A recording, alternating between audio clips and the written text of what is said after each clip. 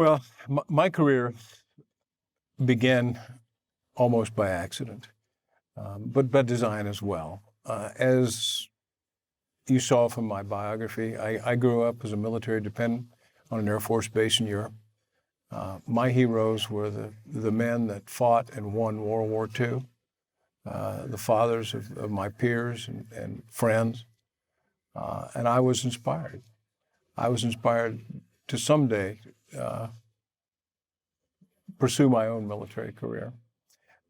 Almost from the day I was born, I was involved in building models, Cub Scouts, Boy Scouts, 4-H, all of those normal activities that you would expect of a young man growing up. But my favorite thing was going to the Greater Pittsburgh International Airport and standing on the observation deck with my father on a Sunday afternoon, watching the constellations and the Martin 404s and the DC-3s swing the props through and belch fire and smoke as they started taking people to all over the United States at the time. So I was motivated toward military service. I had started my education at the University of West Virginia and quickly transferred to Nichols State University in Thibodaux, Louisiana, and immediately signed up for ROTC and learned very quickly that even though I had qualified by testing, that I wouldn't be selected for the flight training program until my junior year. The Vietnam War at the time had been ongoing. It had been moving along swiftly, and we'd been engaged for about 5 years. The time frame that I'm speaking of is early 1967. I was doing my best to pursue academic mediocrity. I was a pre-med major, but I had no interest in medicine.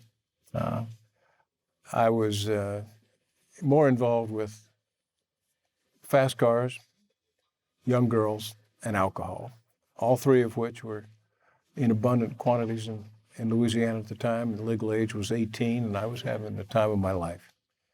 I was on my way to the campus for midterms that I hadn't studied for, was unprepared to take, and a helicopter circled the campus. It landed, and out from the helicopter jumped a major. The good major had an orange flight suit, a white helmet, an orange handle, kind of a reddish blonde handlebar mustache, spit-shine Cochrane jump boots, set up a card table, put some literature on the table, and I waited till the crowd thinned out. And finally it was my turn, and I looked inside the machine and I said, "Major," I said, "how do I get to fly one of these?" He said, "Son," he said, "take this form to your local Army recruiter." He said, "He'll schedule you for the flight aptitude scoring test. And if you qualify, you too can fly above the best." Well, guess what? The next thing that happened is that I was qualified. I raised my right hand in a customs house in New Orleans about a month later. Then I got on a Greyhound to a place called Fort Polk, Louisiana. And at 1:30 in the morning, I was in freezing temperature standing on a number with a huge black guy with a hat yelling at my face. I wondered what I'd done, but I just realized that he was yelling at everybody. And that's how it started. Following basic training, I went to the United States Army Primary Helicopter School at Fort Walters, Texas. 8.5 hours later, I soloed after pre-flight to teach me how to be an officer, warrant officer. Then we moved from there to Fort Walters advanced training, completed advanced that summer, and that fall we moved to Fort Rucker, Alabama for instrument qualification and training in the UH-1 and tactical aspects of United States Army flying. And somewhere during the course of that experience, I put in a personnel request. It was a 1049. We had rather large classes at the time because Vietnam was in full swing. That spring would have been the rotation for the 1st Air Cavs when it initially came in country. And I volunteered to go to the 1st Air Cav. The powers that be used my name on a class roster to go 21 up, 21 down. So a total of 43 of us went to the 1st Air Cavalry Division. And the other 42 were very pissed at me. They were very unhappy because they all thought we were going to die, because they had visions of a hooch maid that would wash their clothes, make their bed, shine their shoes. They would fly a 9-to-5 war, and the first cav wasn't like that. It was down in the dirt, in the weeds, with the troops. And I came in country in Vietnam in right around the end of February of 1967. And we went through the CHARM course, which was a 3-day survival training course on K.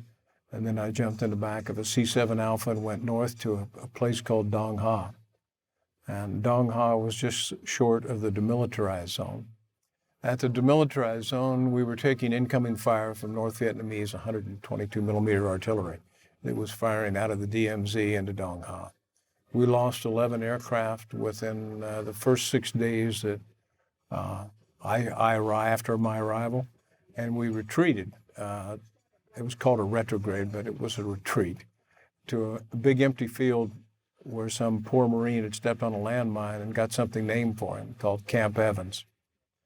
Camp Evans was a wonderful place. It was the Army, in its infinite wisdom, seeks to remove all the grass or anything pleasant and turn the ground to dust and mud, and pour oil on top of the dust to make it a macadam-like surface. We called it pentaprime, and put PSP, plank steel planking, down to cover the mud so that the helicopters could land on that. From that location, we fought Operation Pegasus, which was the relief of the Marine Corps garrison at Quai Son. And I initially joined the troop and was assigned to fly Lift, which is a UH-1H helicopter. We were also responsible for extraction of long-range reconnaissance patrols that would go out and observe the enemy's formations in the field, gather intelligence, and then when they got in trouble, they would call. And then when they would call, it usually involved a hover of about 100 feet or 75 feet over the top of the jungle. And you put a McGuire rig, which was a braided rope, out of your helicopter, weighted by a sandbag that had a horse collar harness that the long-range reconnaissance patrol trooper would get into. You would then move him up through the jungle to the top of the trees, move forward to get the aircraft flying, and you would take him home. If you went any faster than 60 knots, he would turn upside down in the McGuire rig and pass out. So it was a lot of fun. I got to meet some wonderful people. I got shot at occasionally. That was very exciting the first time. I can remember it quite well. We were stabilized at a hover. We had the rigs out. The long-range reconnaissance patrol members were wounded, couldn't get in the rigs. Our crew chief rappelled down the rig itself to assist, and the other fellow was flying from the left seat. Out the right was a North Vietnamese who was taking a position in a tree about 35, 40 feet off the ground, and he was wailing away at us with his AK-47, and I could think of nothing else to do, so I took his picture. So I wanted to go to Scouts in the worst way, because Scouts were single pilot. You flew with a crew chief and a door gunner with an M60. You had a variety of infantry-type weapons in the aircraft. The aircraft itself was an OH-6A that had just come into Vietnam at the time. I was fortunate enough to be able to get a transition course in Vung Tau, which was formerly a French resort area on the South China Sea, and got trained in the aircraft, but it was built by Hughes at the time. The aircraft's since gone through several evolutions. It's still the MD-530, or AH-6 Little Bird, that the Army operates today. I went over to Scouts and waited for the transition course. We had another aircraft that I could have flown at the time, but I decided it was better to wait for the turbine-powered one. The reciprocating one was an OH-13S, and it didn't look like it was a lot of fun to fly. Yeah. So following my transition, I returned back and I walked down into the Tactical Operations Center, and the ops officer said, what do you want for a call sign? So take a look at the board and choose one. Well, 19, 17, and 13 were open. And I said, well, I'll take 13. He said, you don't want that call sign. I said, yes, I do. He said, you don't want that call sign. He said, the last 2 guys that had the call sign didn't make it. I said, give me that one. The bad luck's run out on that one. And it was a good call sign. I kept it for the remaining portion of my tour until I went back to flying lift within the last 6 weeks of my tenure in Vietnam.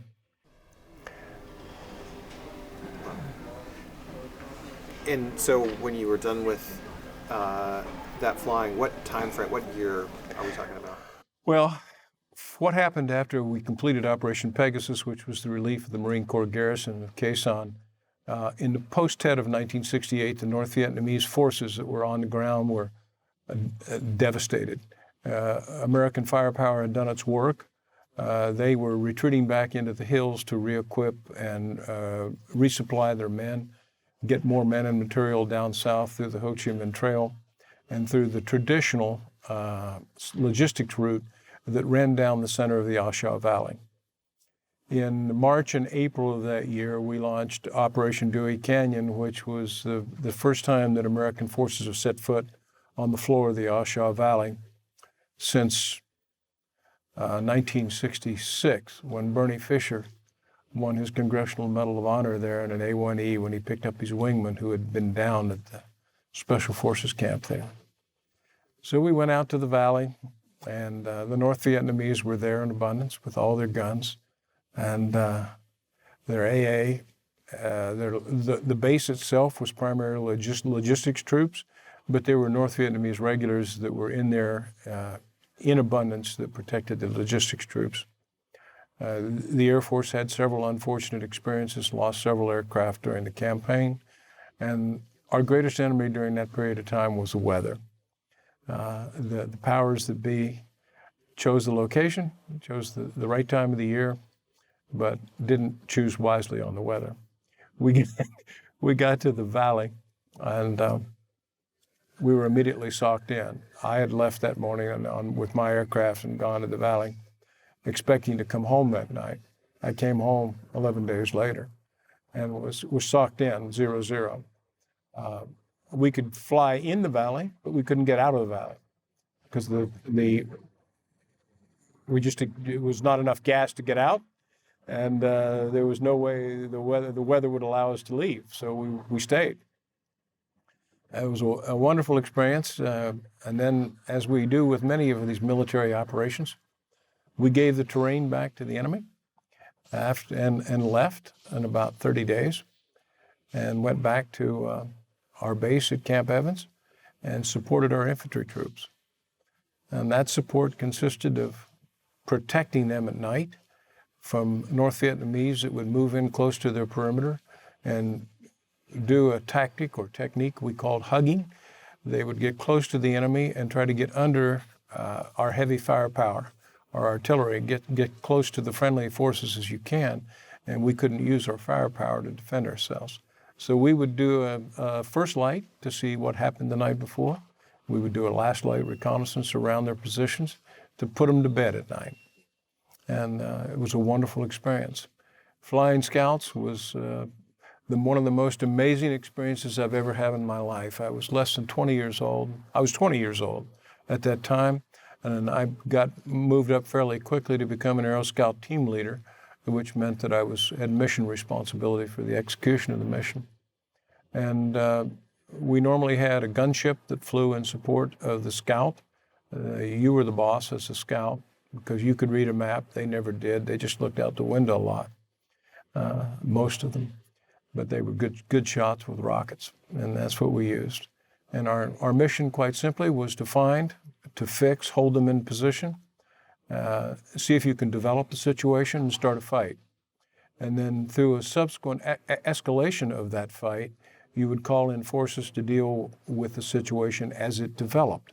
So in other words, if you were to have engaged a platoon and you engaged the platoon with direct fire, the next step would have been to bring the blues in to recover any intelligence. The blues were infantry soldiers that we would land close to the fight, and they would engage and see what was happening.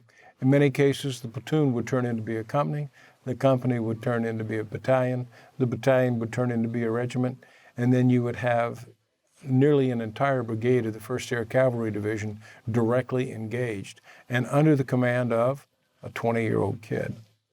It seemed to have an amazing, it was an amazing thing to be 20 years old and to be in charge of 800, 900 men with lots of moving parts in a complex operation where the ultimate penalty for failure was death. And the measure of success, unfortunately, was body count, theirs. And I got very peculiar about Air Force close air support, about particular models and types of airplanes that did a better job than others, and the effectiveness of heavy bombing on troops that were in prepared positions and under cover. An arc light or B-52 strike in the jungle is an amazing thing to see. But if you had 15 feet of overhead protection and you were underground and the bomb didn't land in the door of the bunker you were in, all that did was make you mad. And you came up out of the dust. Your ears were bleeding, your eyes were bleeding, your nose was bleeding, and you had your gun in your hand and you were pissed. And you wanted a piece of whatever caused that to happen. And of course, one of the roles of the Aero Scout was a bomb damage assessment. So I would go into that dust cloud and do that BDA, and I'd find those guys and deal with them. Yeah. I think maybe you've answered this.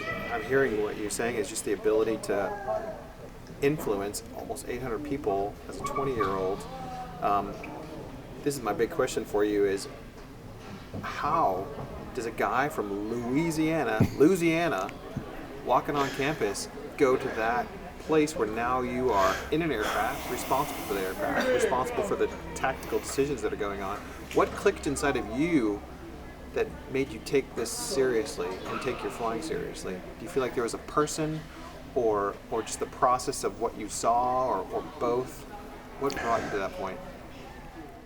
I will say that the Army Aviation Center produced an excellent product. You had the tactical ability, by tactile, T-A-C-T-I-L-E.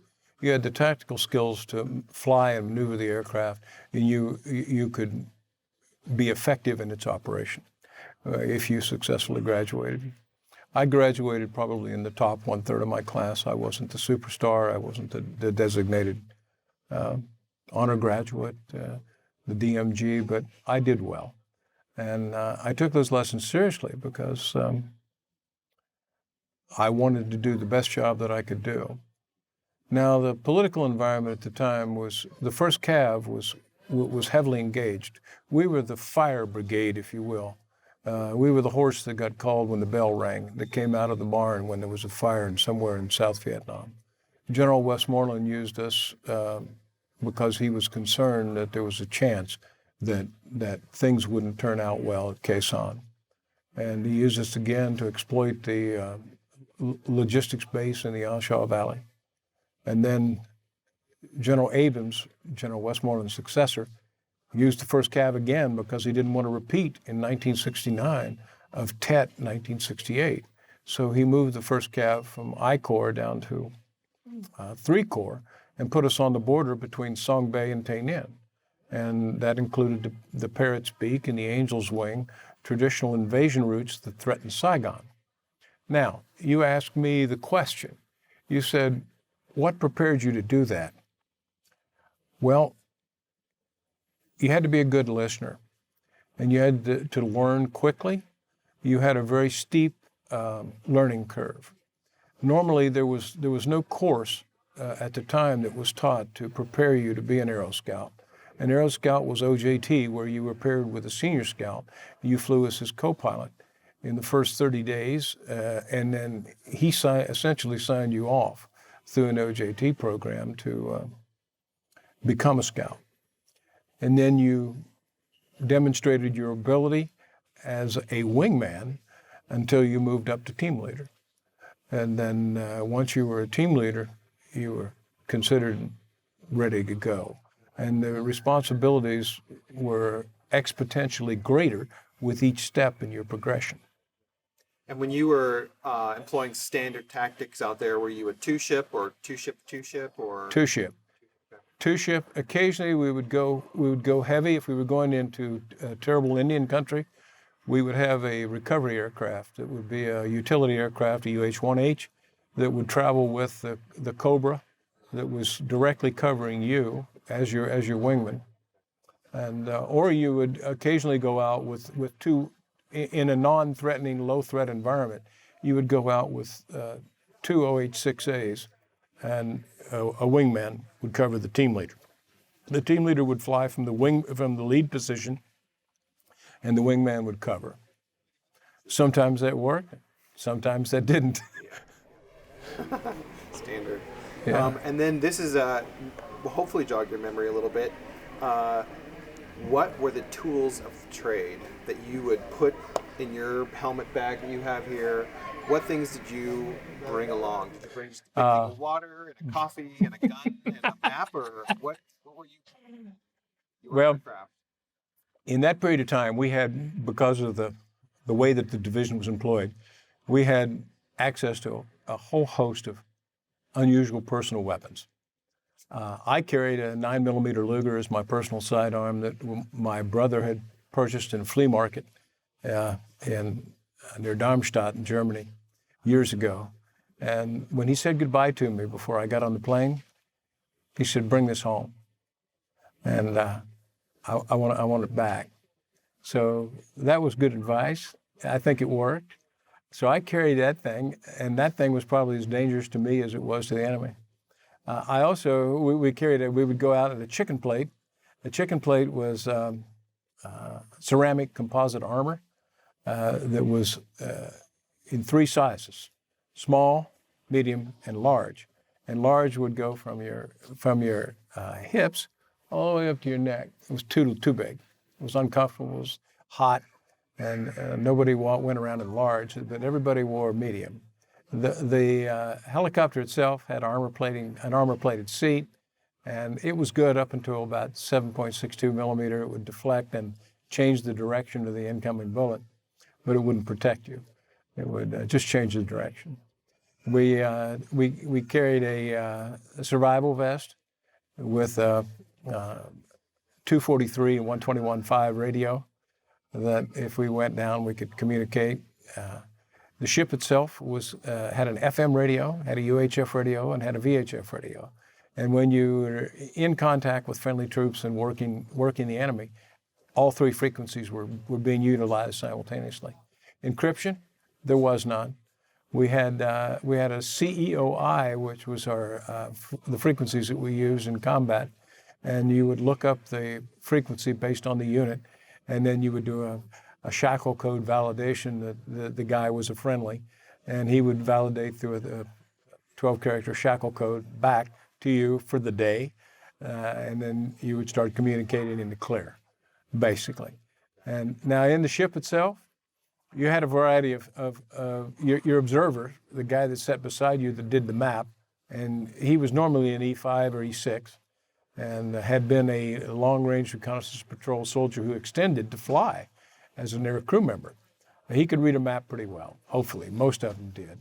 I've had one that was nearly blind. He was also, unfortunately, very sensitive to motion, so he got motion sickness all the time and kept throwing up on me.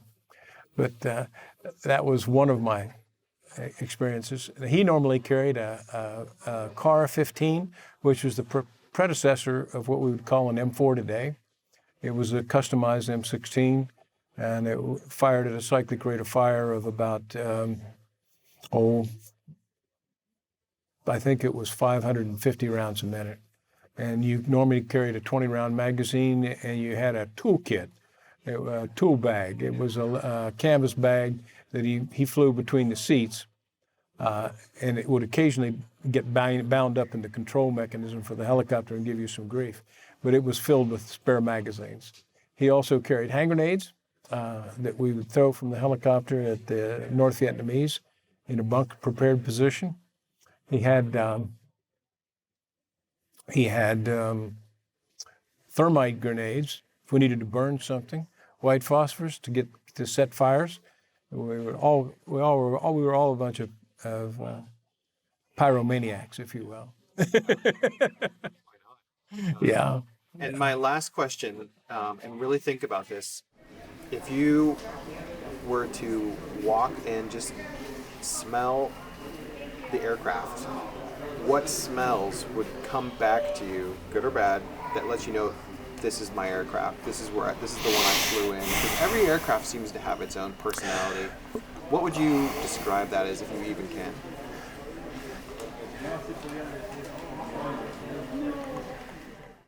We were pretty hard on our airplanes.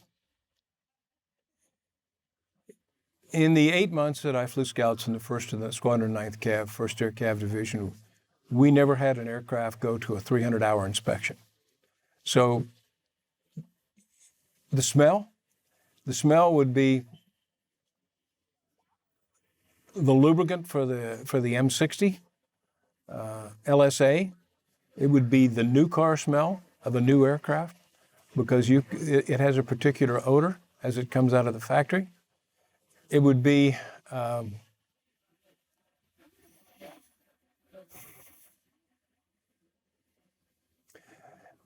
the smells that are normally associated with Vietnam, and those smells are jet fuel, pentaprime, burning the refuse from the landing zone where we lived,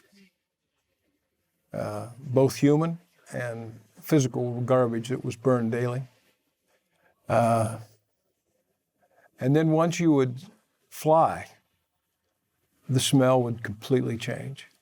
As soon as you went through translational lift and you started accelerating to your cruising speed of about 90 knots, and you started rolling out through the area of operation in contour flight, you could smell the most amazing smells that you've ever smelled in your life. And they were flowers, the heavy rot of the jungle that would permeate up through the top of the trees. The wildlife, you would see monkeys, occasionally a tiger. I've seen all those things, and they are truly amazing. Yeah. And my closing question is there one radio call or comment from a teammate or anyone that you still hold on to this day as a cherished memory, as something that just like the mission was done, or my last flight, or bombs were right on target, or one of those kind of radio calls that just stays with you?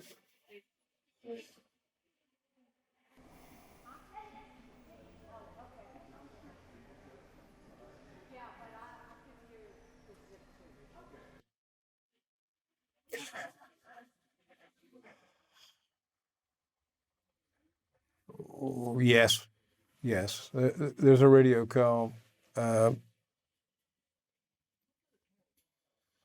I'd come back from a rice denial mission out on the street without joy, just north of the city of Hue and south of Quang Tri. And basically what you did when rice denial is that you would look for North Vietnamese who were bearers and would come into the villages and carry the rice back into the mountains to feed the soldiers that they would tax the peasants with. When I landed, a friend ran down the hill with his map under his arm. It's John Wallace. And John said, I've got to take your ship and your crew. Loeb's Echo, which is Company E of the 1st Armored Ranger Division, is in heavy contact.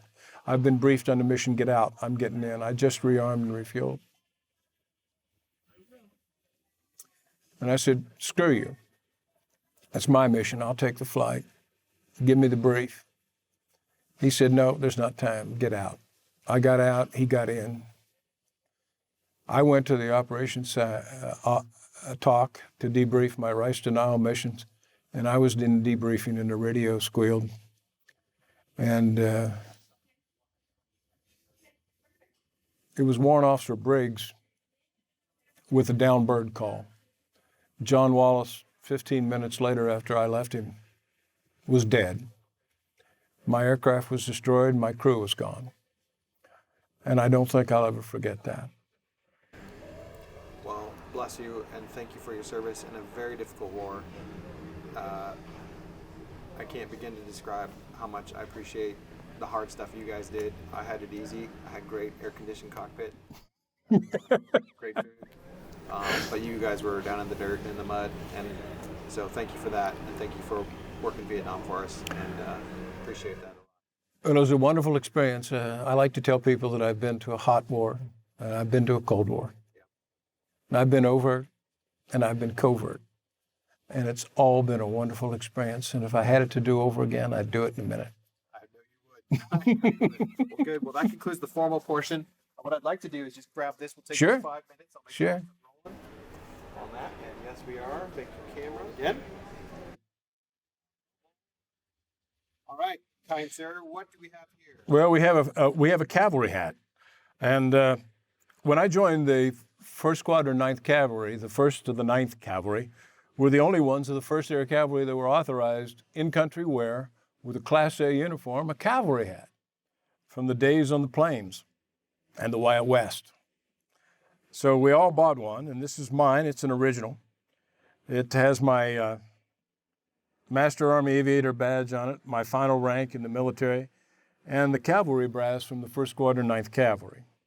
It has the unit crest, a replication of a Distinguished Flying Cross medal that I had received. And on this side, you'll find the symbol of the Cobra. The Cobra was an attack helicopter that I flew only as a gunner in the front seat on occasion in Vietnam, but went on to teach for Bell Helicopter in later years.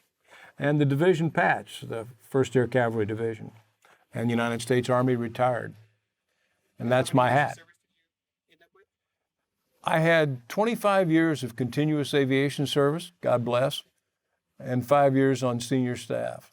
So a total of 31 years. That's incredible. And then we'll move over and let's take a little look at that beautiful.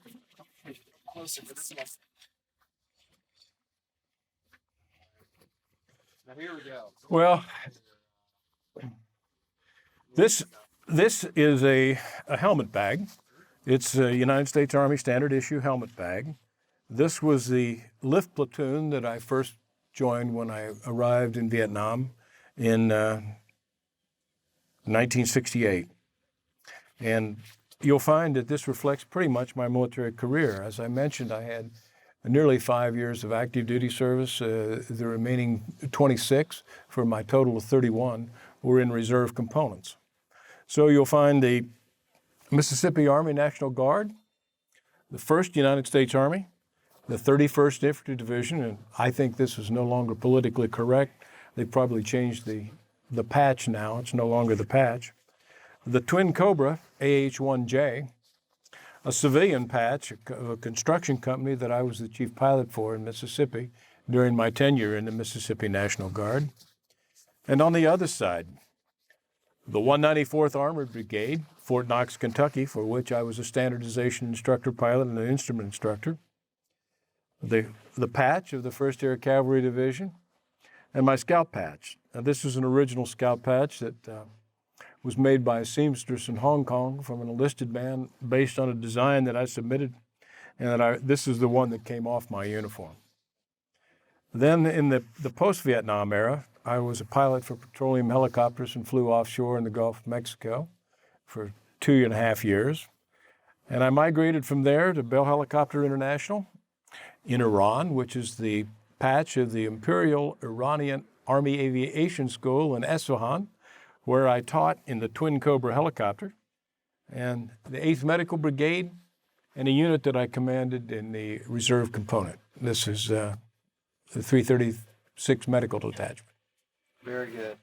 And will you just hold up that side again? Okay, yep, good. Okay, let me get it. Very good.